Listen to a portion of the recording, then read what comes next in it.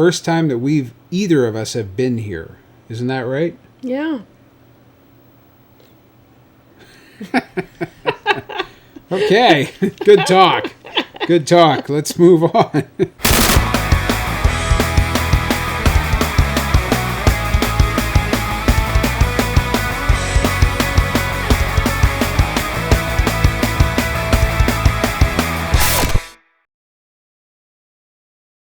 In late August and early September of 2019, we took a road trip through 4 provinces in eastern Canada: Quebec, New Brunswick, Nova Scotia, and Prince Edward Island.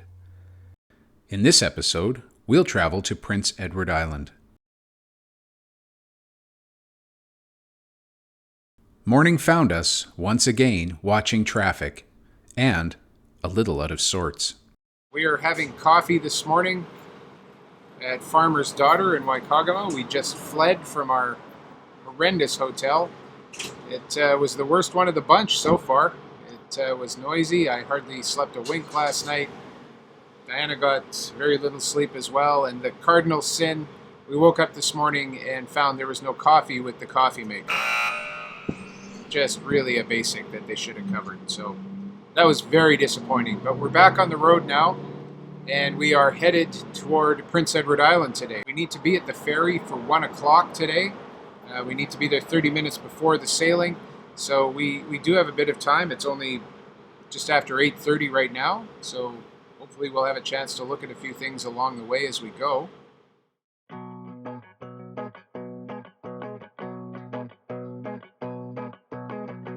It wasn't long before we were crossing the causeway to leave Cape Breton, and not long after that until we pulled into the town of Antigonish. It looked so nice there, we decided to spend a little time walking the streets and poking into stores. And of course, we found a bakery where we had more coffee and an oat cake. Delicious and highly recommended. Stopped here in Antigonish just to have a look around on our way to the ferry. Nice little town. It's a university town. St. Francis Xavier University is here, so there's all sorts of young people running around, I think, getting ready to go back to school. Nice little community. It is, isn't it? Yeah. Yeah. Looking at land there. Ooh, oh, that's right. yeah. Now Diana's got a plan. She found a real estate listing on a window. 500 acres for how much was it? $365. $365,000 for 500 acres. And it had how much? 6,000 feet of oceanfront. Yeah. Full of plans to relocate to Nova Scotia, we continued down the highway. We were still early for the ferry, so we pulled into Pictou. Pictou proved to be another charming little town, filled with old stone buildings, shopping opportunities, art galleries, and, yes, another bakery.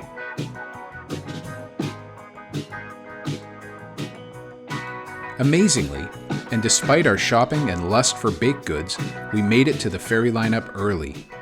What are we, like 22 minutes early? It's always good to be early. Always good to be early, and we always are early, pretty much. We're the early birds that get the worm. Although I'd probably go for something a little tastier than a worm right now. We took the opportunity to check out the cute little town of Pictou, I think it is. Pictou? Pictou. Lots of neat stone buildings in that little town. Yeah, there was. The stores were more organized here. Yes, there was particularly one store we went in that was very nicely merchandised and had some very nice clothing. So, yeah, I mean, you just never know where you're going to find these good places. And it's funny though. Places. I went into the store and I said, "Oh, you have a nice store here," and she goes, "Oh yeah, have you been across the street?" And she's like, pretty much telling me to go across the street. I mean, like, I don't know if that works very well for her, but well, it's a different approach to business. Yeah. Okay. Thanks. You like my store? Go visit my friend. Yeah. Okay. Maybe she owns both stores. I don't know. How do we know? That's kind of funny. It is funny. Yeah. We're going to wait here in line to get on the ferry. It hasn't even docked yet. We can see it out there on the high seas. The seas look a little choppy today. Yeah. Yes, but we are nautical folk, and we are ready to take to the high seas for an hour and a quarter or so. And I think maybe we'll want to have a bite to eat before we get on the ferry. I don't know. It doesn't look like a very big ferry. Yeah. Compared to the last ferry, so maybe we should go over to this. There's a little shack over here. It's more than a shack, it's a building. It might have something for us to eat. No sooner had we stepped out of the car to investigate said building than we heard an announcement telling us to return to our car for boarding. We boarded the ferry and waited just a few minutes before it pulled away from the shore.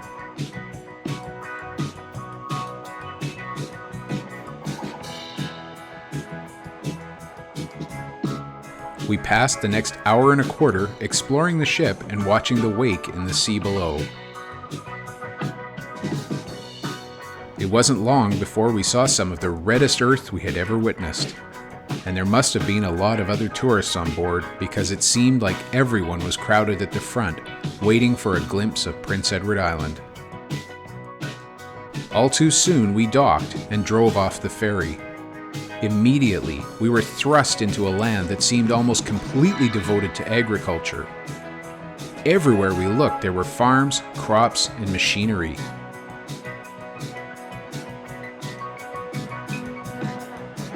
Before long, though, the farms faded, and we entered Prince Edward Island's capital, Charlottetown. We wasted no time in checking into Fitzroy Hall, our accommodation in Charlottetown, dropping our bags and hitting the streets to explore. We found a wonderful assortment of stores, restaurants, and other attractions, both indoors and outside. We even found some great art galleries. All of this exploration left us thoroughly parched, so we took some time to wet our whistles and grab a bite at the Gayham House.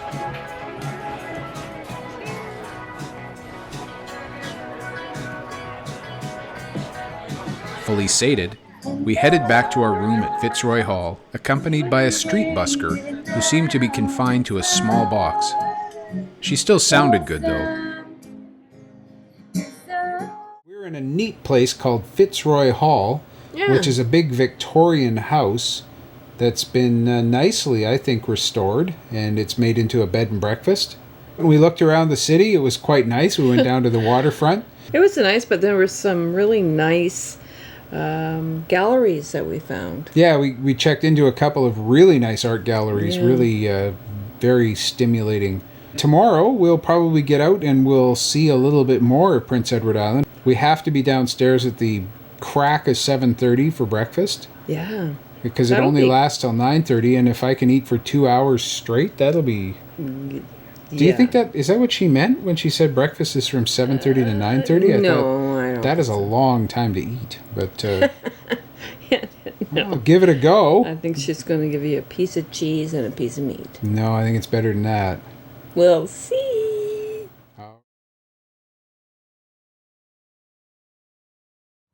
We're just sitting in the parking lot at Fitzroy Hall, our accommodation here in Charlottetown. Had a super sleep. Had a super sleep. Mm-hmm. Oh my God, what a contrast to the one the night before. Yes. Great sleep. Great breakfast, too. And a great breakfast with some charming company from all over the place. A lot of folks from the States and one couple from England. Yeah. So it was kind of an interesting... So everyone had breakfast together this morning around a beautiful table. Yeah, with nice music in the background. And you had choice what you wanted for breakfast. What did you have? I had eggs and bacon, toast, potatoes, orange juice, and we had fresh blueberries to start with, and coffee. Not bad, eh? I had the same thing, but ham instead of bacon. Other people had English muffin. Yeah, an English muffin with stuff and... eggs on it. Like or you could have porridge. Or there was porridge. I don't think anybody had the porridge. No.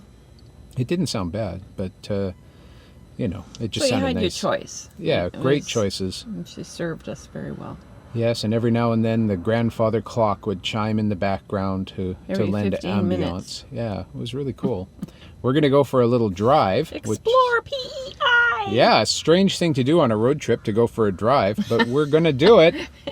And do it we did, Stopping first to fill up with gas, we've found driving works better when there's gas in the tank. It took only minutes to get out of the city and into the country, one of the best parts of Prince Edward Island.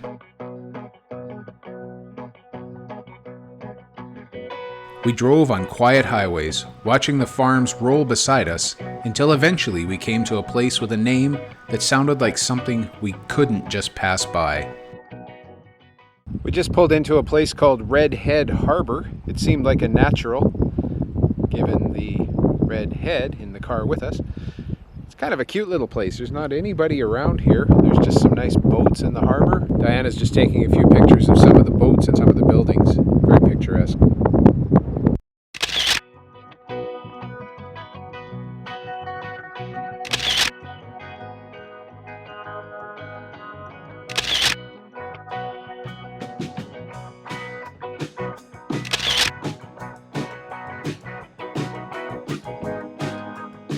A few photos of boats and buildings with bright roofs later, and we were back on the road, marveling again at the seemingly endless expanse of farmland. It wasn't all farms, though. We passed through several charming little towns, stopping when we saw something that interested us. And hey, there's our rental car, the blue one. We passed most of the morning this way, finally arriving in Georgetown near midday. It wasn't quite what we expected. For one thing, most of the businesses were closed. Still, it was a pretty little place, and we explored the tidy streets happily, taking a few pictures as we went.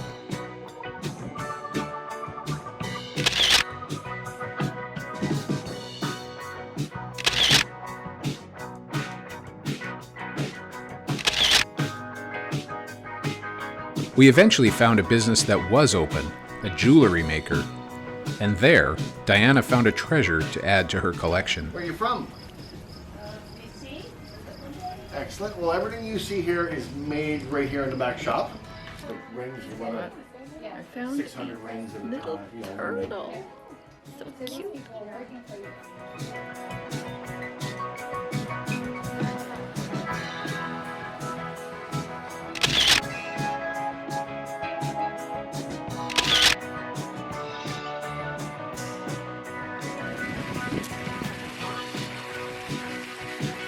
One thing that was open and completely abandoned was a nice park. We ate a picnic lunch in the park, enjoying flowers, a fountain, and a decrepit church that looked like it might be undergoing either restoration or demolition.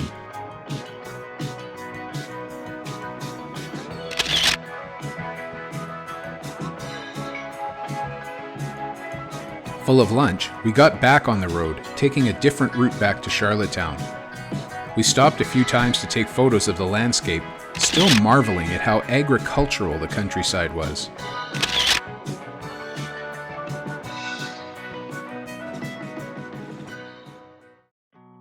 Back in Charlottetown, we found the entire main street filled with a market. We explored for a while, taking in the art, clothing, and food being offered.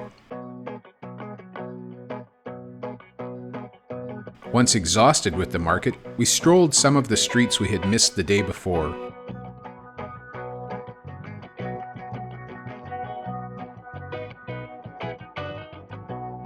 We found the city almost painfully beautiful, especially the big old houses lining the leafy streets.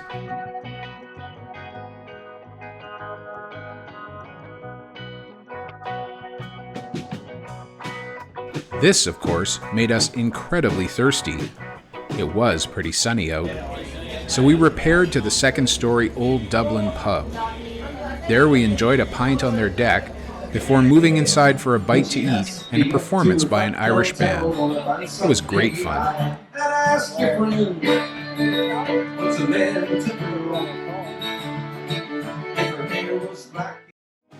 Thoroughly sated, we headed back to the streets, enjoying the golden light of sunset.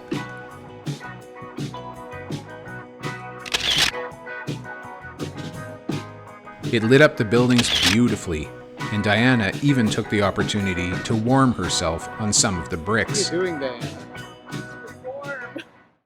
We're back now in the Fitzroy Hall. And We're sitting in their sitting. we're actually sitting in the sitting room right That's now. a beautiful chandelier. Yeah, and the room, it's quite beautiful.